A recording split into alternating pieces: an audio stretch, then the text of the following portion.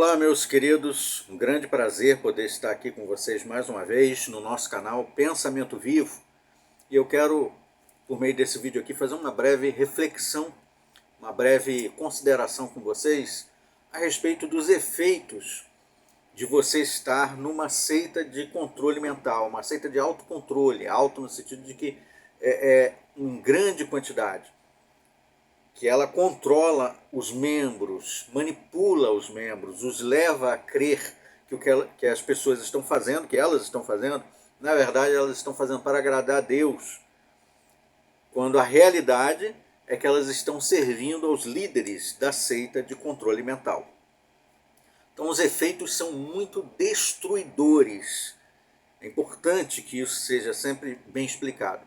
Então o que eu vou falar aqui, e o que eu tenho falado nos vídeos, não é para atingir as pessoas de uma forma negativa, os membros por onde pessoas com quem eu já convivi também, como membros de seita de controle mental, sem que elas se apercebessem disso, como eu também não me apercebia.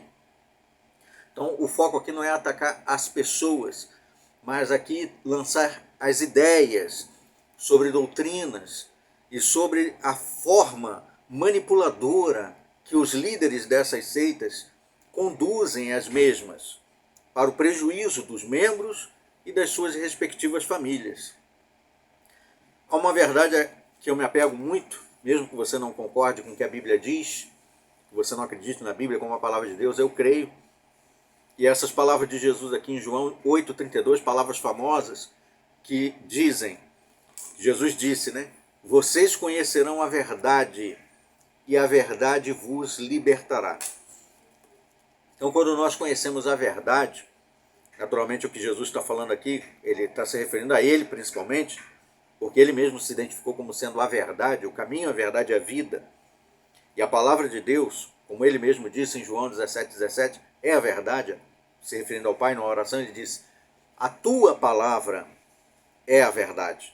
Então, quando nós conhecemos a verdade, que é Cristo, a verdade, que é a palavra de Deus, e entendemos o sentido, o espírito por trás dela, e mais ainda, quando nós entendemos a realidade, a verdade de uma seita de controle mental, o que realmente está por trás dos dogmas, das doutrinas e das suas regras, quando nós entendemos isso, as nossas mentes se abrem, nós podemos então encontrar a liberdade. Mas essa liberdade tem um preço. Até que nós atinjamos, né, a plena liberdade em Cristo, para aqueles que creem em Cristo, existe um preço muito alto a ser pago e muitos não querem enfrentar, pagar esse preço. Qual é?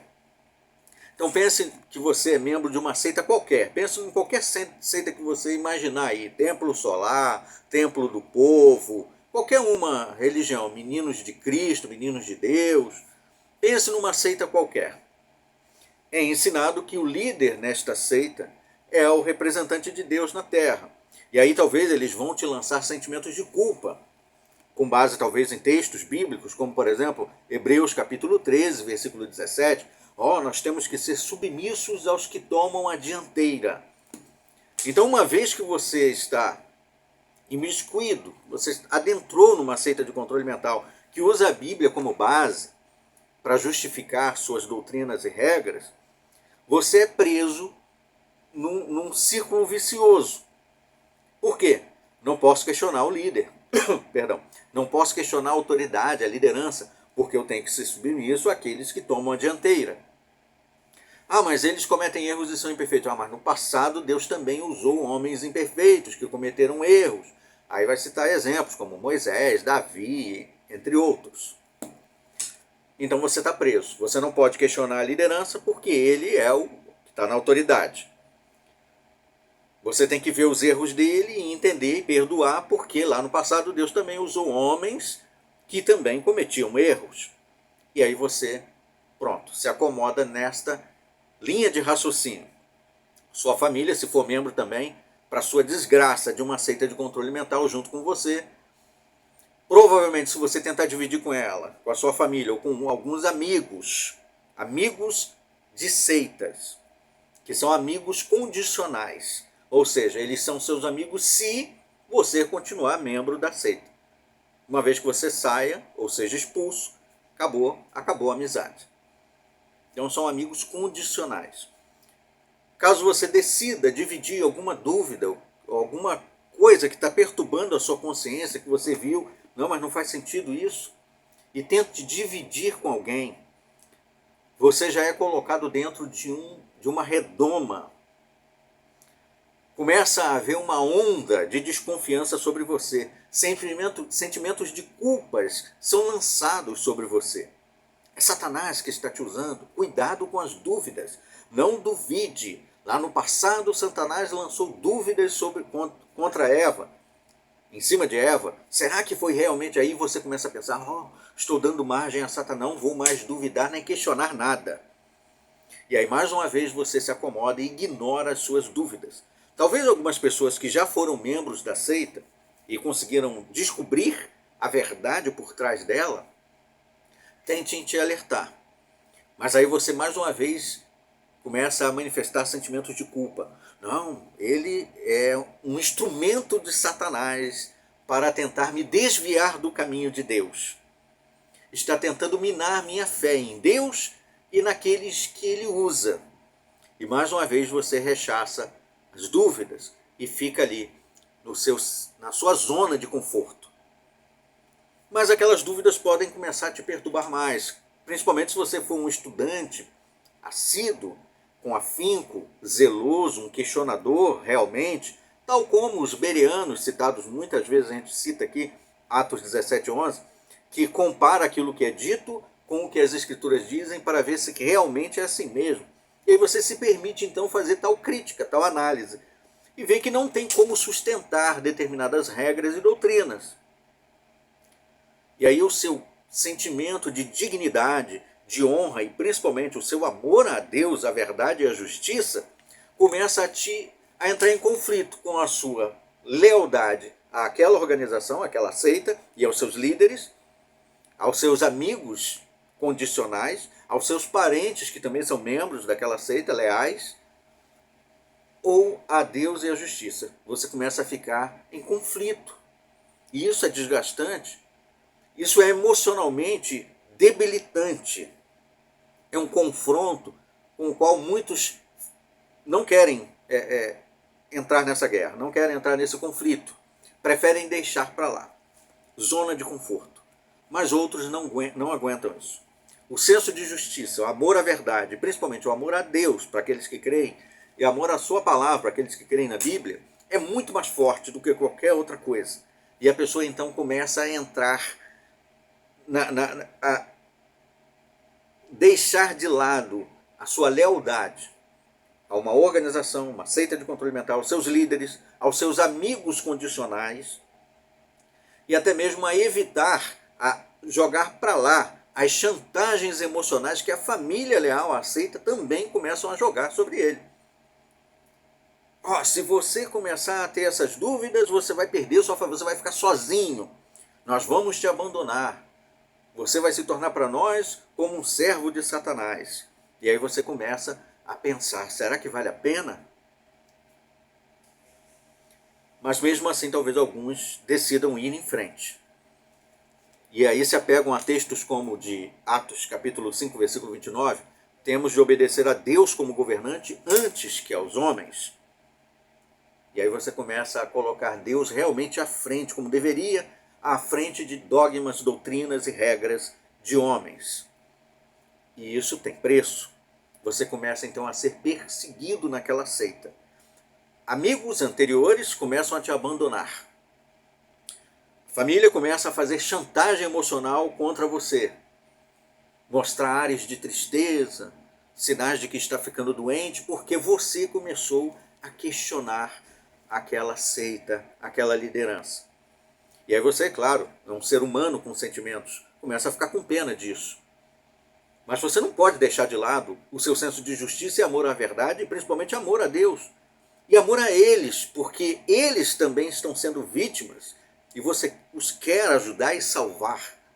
Não que você seja o Salvador, mas encaminhá-los ao Salvador, que é Cristo, para aqueles que creem. E aí você começa a dar a sua cara à tapa, a tomar as chibatadas, a apanhar em público. até que anunciem o seu nome e te expulsem.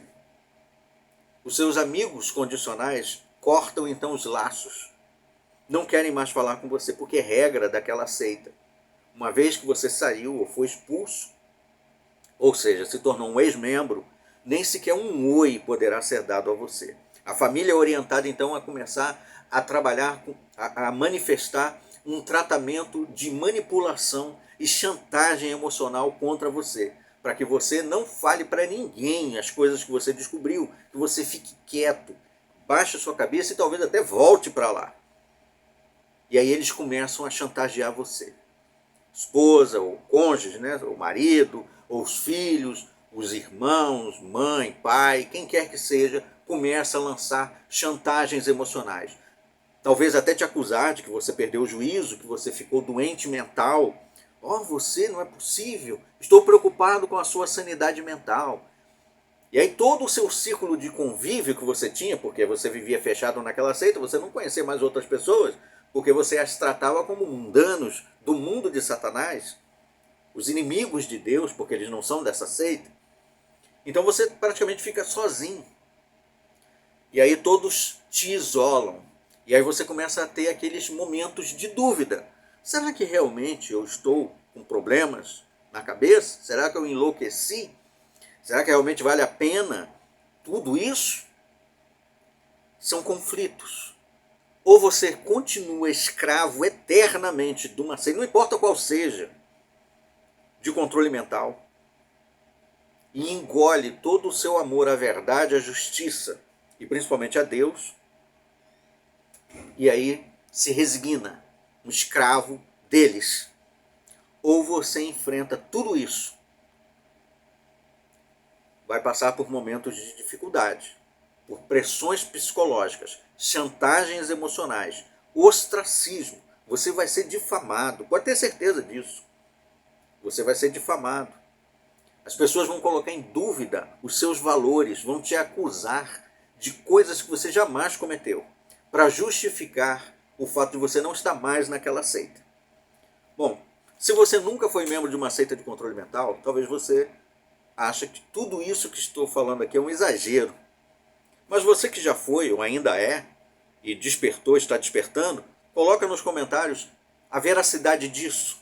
Se você teve experiências ou está tendo experiências nesse sentido, compartilha, por favor, manda para o meu e-mail pensamentovivo75@gmail.com. E aí, eu posso nem citar teu nome ao contar sua experiência, e nem o nome da denominação a qual você está se referindo, para preservar você, talvez a sua família, que você não quer prejudicar de forma nenhuma, mas para que outras pessoas entendam que muitos passam por isso, e muitos ficam calados, muitos saem de seita de controle mental e preferem não falar mais nada, esquecer para lá, porque aquilo foi um prejuízo emocional muito grande para ele, e deixa para lá. Outros preferem ajudar outras pessoas, compartilhar, acham que isso é um dever social, compartilhar suas experiências, para que outros possam ser consolados, ou talvez entender que ela não é a única pessoa que está passando por esse tipo de problema, porque isso é um terror psicológico que é lançado sobre a pessoa. Bom, essa era a breve reflexão que eu queria fazer com você. Eu agradeço muito aí a sua atenção. Aguardemos então os nossos próximos vídeos. Até lá.